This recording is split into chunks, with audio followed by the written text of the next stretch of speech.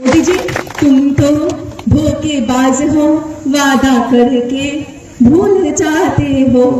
रोज रोज मोदी जी तुम झूठ बोलोगे, रोज रोज मोदी जी तुम झूठ बोलोगे, जनता रूठ जाएंगे तो हाथ मलोगे। ওরা মমতা ব্যানার্জিকে ভজনা করতে গিয়ে একের পর এক এই ধরনের কথাগুলো বলতেন, বিলো দ্য বেল্ট অ্যাটাক করতেন, যা সম্পূর্ণ পরিমাণের সংসদীয় রীতিনীতির খেলাপ। আর ঠিক পালাবদলের পরে নিজেদের পিঠ বাঁচাতে, নিজেদের অস্তিত্ব সংকট থেকে, রাজনৈতিক অস্তিত্বের সংকট থেকে আজকে প্রধানমন্ত্রীর পা ধুয়ে জল খেতেও ওরা পারে। এদের সান্নিধ্য নিয়ে কিন্তু বিজেপিরও কিন্তু রক্তক্ষরণটা হচ্ছে। দেখো, বিজেপি, রাজ্য বিজেপি বলো, কেন্দ্র বিজেপি বলো, এদের কিন্তু বিশ্বাসযোগ্যতা সাধারণ মানুষের কাছে তলানিতে ঠেকছে।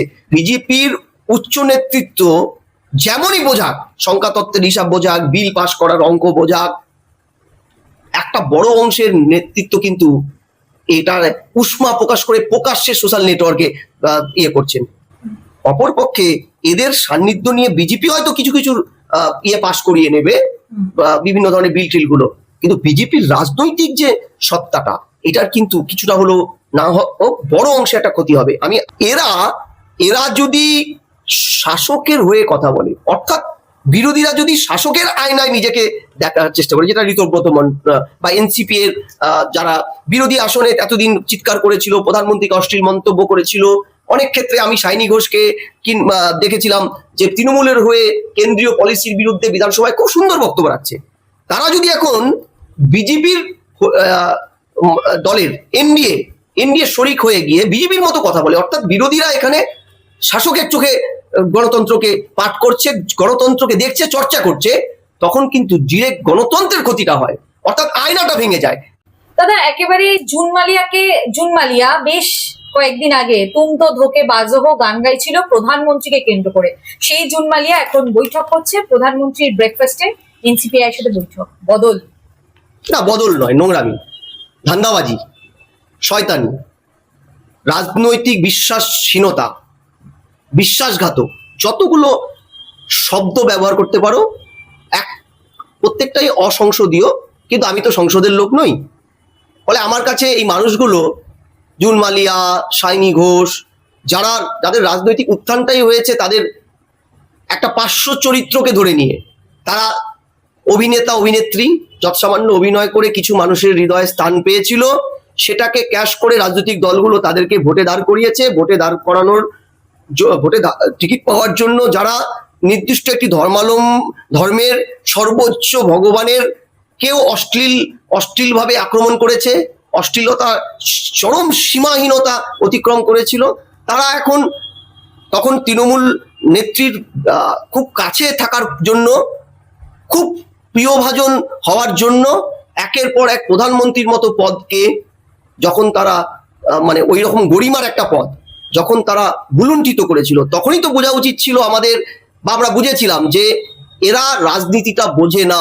রাজনীতি বা যে কোনো সেক্টরে একটা শালীনতা শব্দ ব্যবহার করা হয়। আমরা মতাদর্শের লড়াইটা করি, আমরা ব্যক্তিগত লড়াই করি না। ওরা মমতা ব্যানার্জিকে ভজনা করতে গিয়ে একের পর এক এই ধরনের কথাগুলো বলতেন, বিলো দ্য বেল্ট অ্যাটাক করতেন, যা সম্পূর্ণ পরিমাণের সংসদীয় রীতিনীতির খেলাপ, পরিপন্থী, সেগুলো করতেন। আর ঠিক পালাবদলের পরে নিজেদের পিঠ বাঁচাতে, নিজেদের অস্তিত্ব সংকট থেকে, রাজনৈতিক অস্তিত্বের সংকট থেকে আজকে প্রধানমন্ত্রীর পা ধুয়ে জল খেতেও ওরা করছে। সেখানে আরেকটা প্রশ্ন, মুখ্যমন্ত্রীর সাথে বৈঠক করছেন মুর্শিদাবাদের যে দুজন রয়েছে, আবু তাহের থেকে শুরু করে এবং ইউসুফ পাঠান, তারা কিন্তু প্রথমে এনডিএর বৈঠকে যায়নি, তারপর প্রধানমন্ত্রীর ব্রেকফাস্টে তারা উপস্থিত ছিলেন, তারপরে মুখ্যমন্ত্রীর সাথে নবান্নে বৈঠকেও তারা উপস্থিত। যে তিনজন মুসলিম সাংসদ প্রথমে যাবে না করেও গেলেন প্রধানমন্ত্রীর ইয়েতে, আগে যাননি, তাদের বাধ্যবাধকতা ছিল। তারা সংখ্যালঘু এলাকার থেকে উঠে এসেছেন, সংখ্যালঘু মুখ এবং মুসলিম মুখ হিসেবে তারা জানে যে বিজেপির খুব সান্নিধ্য, অর্থাৎ এনডিএর খুব ক্লোজ হতে জলে মানে কুমির, ডাঙায় বাঘ, এরকম একটা পরিস্থিতি হবে। ওরা এলাকায় ঢুকতে পারে না। তারপরে এই মানুষগুলো যদি এনডিএর বৈঠকে যায়, দেখো আবু তাহের, ইউসুফ পাঠান থেকে শুরু করে আরেকজন যিনি আছেন সংখ্যালঘু, তারা প্রত্যেকেই কিন্তু বিজেপি বিরোধী ভোটে জিতে এসেছে, এবং সংখ্যালঘু বেল্ট যেসব জায়গা থেকে তারা নির্বাচিত হয়েছে 60-65-70% মুসলিমদের সরাসরি বিপুল সংখ্যাগরিষ্ঠ ভোটের ভিত্তিতে এরা ক্ষমতায় আসেন, ওই সাংসদ হয়েছে। ফলে এরা সেই দলটার মঞ্চে যাবে যেই দলটার বিরুদ্ধেই তৃণমূলের অস্তিত্ব ছিল বা তাদের অস্তিত্ব ছিল, বা উল্টো পথে বিজেপির অস্তিত্ব ছিল তৃণমূলের বিরোধিতা করে রাজ্যে। তাহলে এই কারণে বাধ্যবাধকতা, কিন্তু প্রধানমন্ত্রীর ওই রকম একটা পার্সপেক্টিভে তাদের ইনক্লুড হওয়া, সেটা দেশের প্রধানমন্ত্রী। এই যে বৈঠকগুলো চলছে, এই বৈঠকগুলো কতটা সুখকর, বা বিজেপির সব নেতৃত্বে নিচু থেকে উঁচু সবার জন্য কতটা সুখকর বা পজিটিভ? এবার প্রশ্নটা হলো, একে যে এই মুসলিম সাংসদরা প্রধানমন্ত্রী ইয়েতে গেলেন, প্রধানমন্ত্রী তো একটি প্রশাসনিক মুখ, তিনি বিজেপির নয়, এই কারণে তারা গেছেন। মুখ্যমন্ত্রী যখন ডেকেছেন এরা গেছেন, মুখ্যমন্ত্রী যেহেতু রাজ্যের প্রশাসক, সবার প্রশাসক, তিনি বিজেপির নন এককভাবে সবার। ফলে সেই জায়গায় গেছেন তারা বার্তা দেওয়ার জন্য যে তারা যেন সাংসদ হিসেবে পশ্চিমবঙ্গে তাদের এলাকায় সুস্থভাবে কাজ করতে পারে, এটা যেমন একটা দিক। দ্বিতীয়, এদের সান্নিধ্য নিয়ে কিন্তু বিজেপিরও কিন্তু রক্তক্ষরণটা হচ্ছে। দেখো বিজেপি, রাজ্য বিজেপি বলো, কেন্দ্র বিজেপি বলো, এদের কিন্তু বিশ্বাসযোগ্যতা সাধারণ মানুষের কাছে তলানিতে ঠেকছে।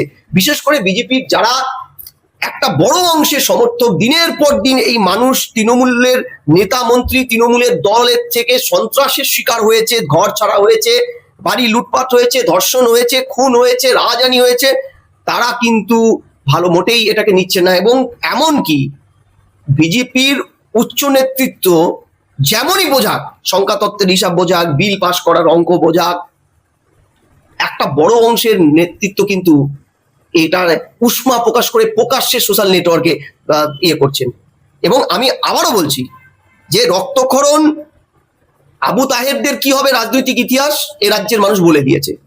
এ রাজ্যের মানুষ তৃণমূলকে ছুঁড়ে ফেলেছে। আগামীতে তৃণমূল যদি, আবু তাহের তৃণমূলের ব্যানারেও দাঁড়াতো, ইউসুফ পাঠান যদি তৃণমূলের টিকিটেই দাঁড়াতো, মমতা ব্যানার্জি কালীঘাট তৃণমূলের, তাও জিততে পারতো না। কিন্তু এরা তাদের রাজনৈতিক কেরিয়ার গঠন করতে যাচ্ছে, 2029 অব্দি তো এদের জনগণের ম্যান্ডেটে ওরা থাকবে।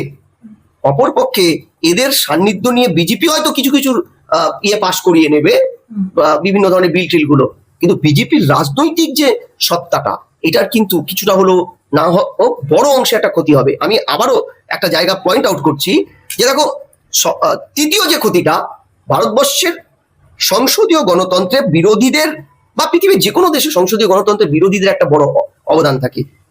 রাজ্যের বা কেন্দ্রের প্রধান বিরোধী দলনেতা তারা হচ্ছে শ্যাডো সিএম আর শ্যাডো পিএম। এরা যদি শাসকের হয়ে কথা বলে, অর্থাৎ বিরোধীরা যদি শাসকের আয়নায় নিজেকে দেখার চেষ্টা করে, যেটা ঋতব্রত বা এনসিপি এর যারা বিরোধী আসনে এতদিন চিৎকার করেছিল, প্রধানমন্ত্রীকে অশ্লীল মন্তব্য করেছিল, অনেক ক্ষেত্রে আমি সাইনি ঘোষকে দেখেছিলাম যে তৃণমূলের হয়ে কেন্দ্রীয় পলিসির বিরুদ্ধে বিধানসভায় খুব সুন্দর বক্তব্য রাখছে। তারা যদি এখন বিজেপির দলের এনডিএ শরিক হয়ে গিয়ে বিজেপির মতো কথা বলে, অর্থাৎ বিরোধীরা এখানে শাসকের চোখে গণতন্ত্রকে পাঠ করছে, গণতন্ত্রকে দেখছে, চর্চা করছে, তখন কিন্তু ডিরেক্ট গণতন্ত্রের ক্ষতিটা হয়, অর্থাৎ আয়নাটা ভেঙে যায়। আজকে পশ্চিমবঙ্গে ঋতব্রত যে মডেলটা তৈরি করলো বিধানসভায়, ঋতব্রত মডেলটা তো সরাসরি পশ্চিমবঙ্গের অগণতন্ত্রের একটা প্রতীক। পশ্চিমবঙ্গে 15 বছর গণতন্ত্র রাখেনি মমতা বন্দ্যোপাধ্যায়, তার পরিণাম মমতা বন্দ্যোপাধ্যায়কে ভুগতে হয়েছে। আজকে একই মডেলে যদি বিজেপিও চলে, আমি বলবো তাহলে তো ক্ষতিটা